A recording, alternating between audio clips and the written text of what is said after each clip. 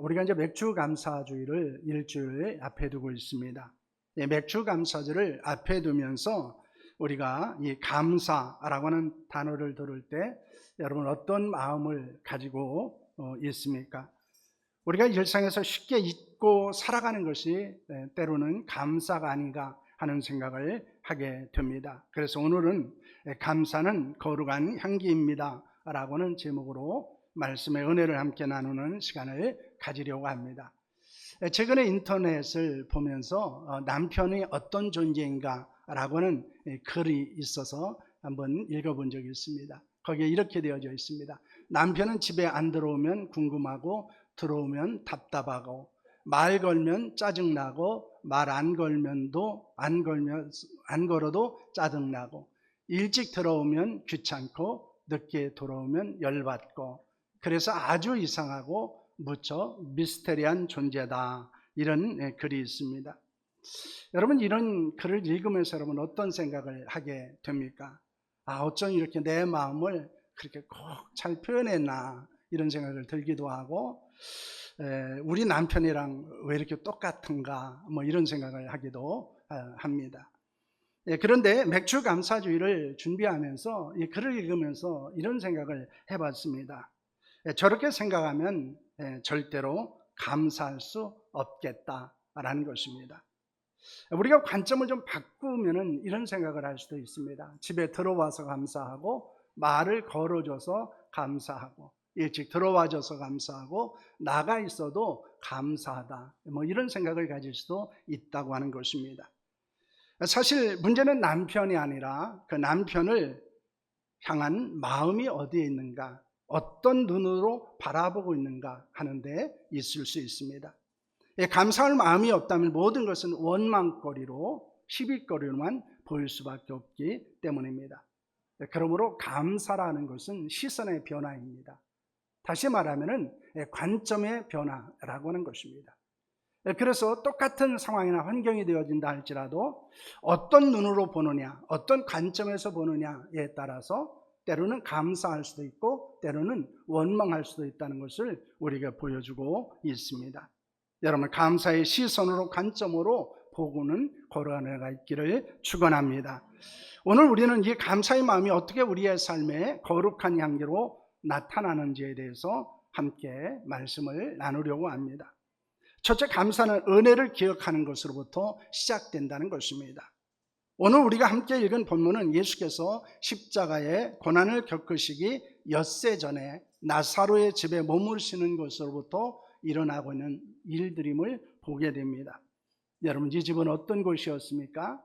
12장 1절 말씀입니다. 함께합니다. 유월절 엿새전에 예수께서 베다니에 이르시니 이곳은 예수께서 죽은 자 가운데서 살리신 나사로가 있는 곳이라 라는 말씀을 하고 있습니다. 예수께서 죽은 자 가운데서 살리신 나사로가 있는 집에서 이 일이 이루어지고 있었습니다. 죽은 자가 살아난 기적과 생명이 살아 숨쉬는 가정에서 일어난 일입니다. 여러분 이 집에서는 잔치가 벌어지고 있었습니다. 나사렛 우리 마르다는 분주하게 예수님을 섬기기 위해서 일을 하고 있었고 마리아는 이제 이 예수 그리스도께 향유를 부어드리는 일이 일어나게 됩니다. 그 자리에 나사로도 함께하고 있었다고 성경은 말씀하고 있습니다. 나사로의 집에서 어떤 이야기가 나타나고 있는지는 알 수 없습니다. 하지만 그가 살아있다는 존재 자체가 이미 강력한 증거가 되어지고 있었고 감사의 간증이 되고 있었다는 것입니다. 거기는 나사로가 있었다는 그 사실 하나만으로도 감사의 자리였음을 알 수 있습니다. 여러분 우리도 마찬가지입니다. 우리는 나사로처럼 죽음에서 육신의 죽음에서 살아나지는 않았습니다. 그러나 우리는 영적인 죽음에서 생명을 얻었습니다. 이것을 사도 바울은 에베소 2장 1절에서 무엇이라고 말하고 있습니까? 그는 허물과 죄로 죽었던 너희를 살리셨도다. 5절입니다. 함께합니다. 허물로 죽은 우리를 그리스도와 함께 살리셨고 너희는 은혜로 구원을 받은 것이라 라고는 말씀을 하고 있습니다. 우리는 죄의 허물로 인해서 영적으로 죽었던 자들입니다. 우리에게는 소망이 없었습니다. 하나님의 진노만이 있었습니다. 그런데 긍휼에 풍성하신 하나님의 은혜로 말미암아 우리는 그리스도와 함께 살리심을 받았습니다. 사망의 권세를 깨뜨리고 영원한 생명을 얻게 되었다는 것입니다. 여러분, 이 구원의 은혜를 우리가 생각하면 생각할수록, 또 묵상하면 묵상할수록 우리는 감사할 수밖에 없습니다. 인류 역사상 가장 위대한 사건, 그것은 바로 무엇입니까? 우리를 구원하신 것입니다. 우리의 감사, 그 시작은 바로 우리가 죄와 허물로부터 죽었는데 예수께서 은혜를 베푸심으로 우리가 살아났다는 데 있습니다. 우리가 구원받았던 데 있다는 것입니다. 그러므로 감사의 시작은 바로 구원의 은혜, 영생의 은혜를 기억하는 데로부터 시작된다는 것입니다. 우리가 맥주감사주의를 앞에 두고서 회복해야 될 것이 있습니다. 그것은 바로 감사입니다. 그리고 그 감사의 회복은 다른 데 있는 것이 아니고 내가 하나님의 은혜 가운데서 회복되었다는 것입니다. 그러므로 감사의 출발은 바로 은혜를 기억하는 데 있다라는 사실을 우리는 알아야 합니다. 그러므로 구원의 은혜를 기억하고 감사를 회복하는 거룩한 날들이 되어줄 수 있기를 축원합니다. 그래서 단순히 맥주감사주의를 우리가 지키는 것으로 끝나는 것이 아니고 우리가 이 맥주감사주를 준비하면서 나를 구원하신 은혜, 내가 영원한 생명을 주신 그리스도의 은혜를 기억하고 회복하는 거룩한 역사가 나타날 수 있기를 축원합니다.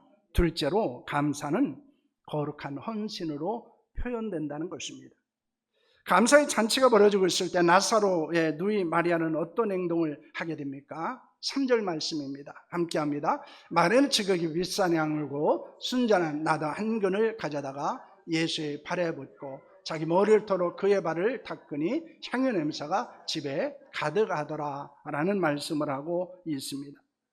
여러분, 마리아가 부어드린 향유를 가리켜서 무엇라고 말합니까? 지극히 비싼 것이다. 그리고 순전한 나도 한 근이라고 말하고 있고 이것을 300데나리온이다 이렇게 이야기를 하고 있습니다. 300데나리온이라는 것은 그 당시 일반 노동자의 1년 품값에 해당되어지는 매우 많은 돈이었습니다. 아마 마리아가 평생의 재산일 수도 있었고요, 어쩌면 마리아가 결혼 자금으로 준비했던 것일 수도 있습니다.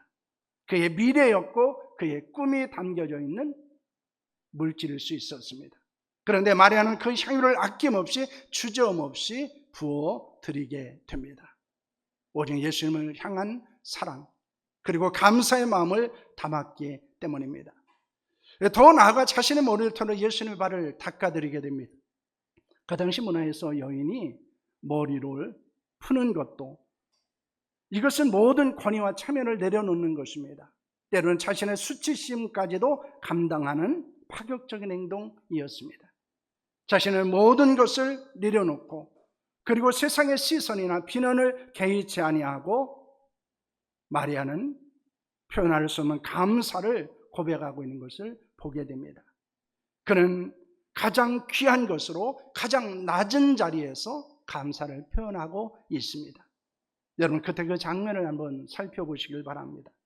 낮의 진한 향기가 온 집안에 가득했습니다. 마리아의 눈에는 눈물이 흘렀을 것입니다. 마리아는 예수님 위에 향유를 붓고 있었지만 사실은 자신의 마음을, 자신의 인생 전부를 쏟아붓고 있는 것입니다.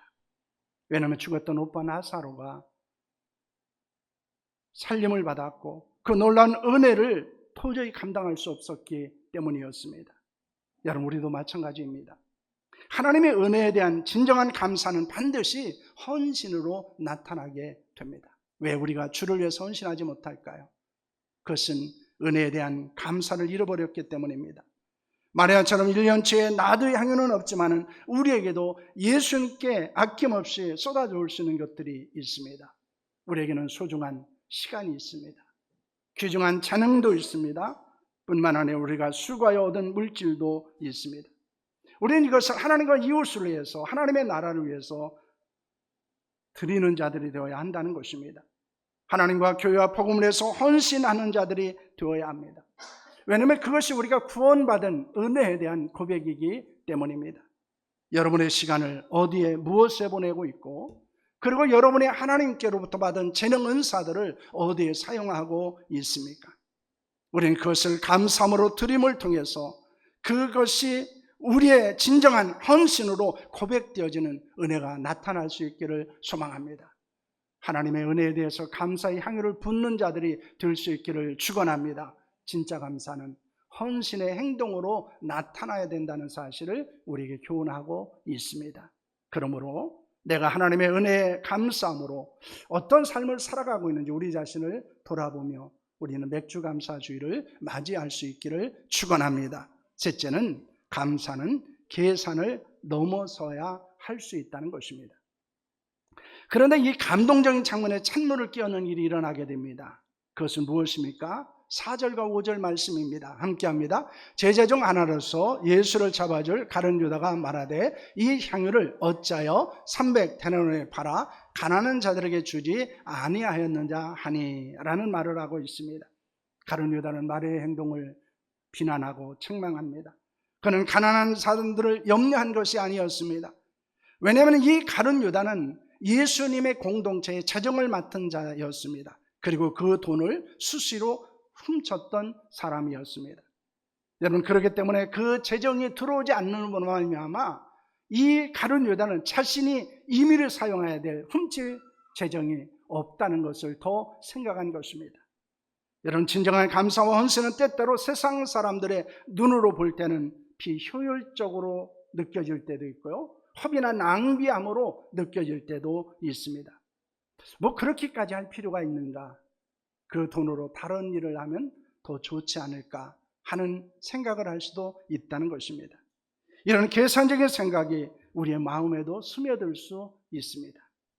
그러나 예수는 마리아의 헌신에 대해서 무엇이라고 말씀하고 있습니까? 마가복음 14장 6절 말씀입니다. 함께합니다. 예수께서 이르시되 가만두라. 너희가 어찌하여 그를 괴롭게 하느냐? 그가 내게 좋은 일을 하였느니라 라는 말씀을 하고 있습니다. 예수님은 이 마리아가 하는 행동을 허비라고 말하지 않습니다. 낭비라고 말하지 않습니다. 좋은 일을 한 것이라고 칭찬하고 있습니다.